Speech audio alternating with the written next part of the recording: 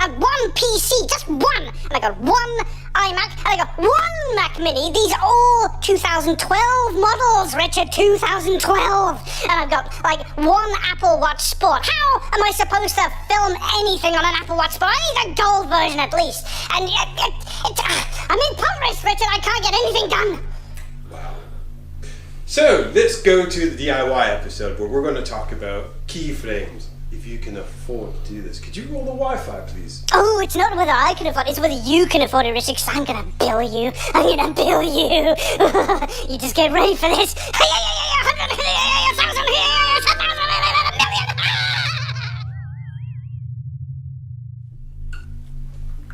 You know, Richard, I thought the other day I was plunging out the toilets. There's a particular hard bit in the U-bend, and it made me think, what is a keyframe? That made you think, what's a keyframe? Well, good question. I get asked that question a lot, actually. And it's incredibly important. It's so important, in fact, that I've written it on the side of my rig to always remember what is the keyframe.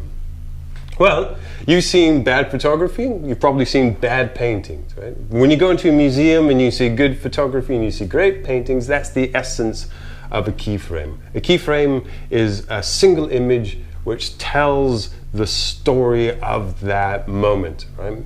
So in good photography, let's have a look at this image here, right? This is from the Vancouver Folk Music Festival.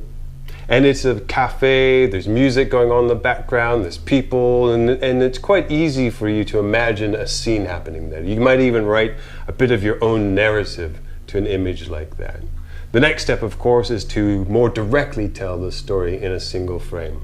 So in this example, you see that we go from hard hat area and it leads your eye to this beautiful woman in the background in this sort of post-apocalyptic scene. So again, quite easy to overlay a narrative to that sort of image.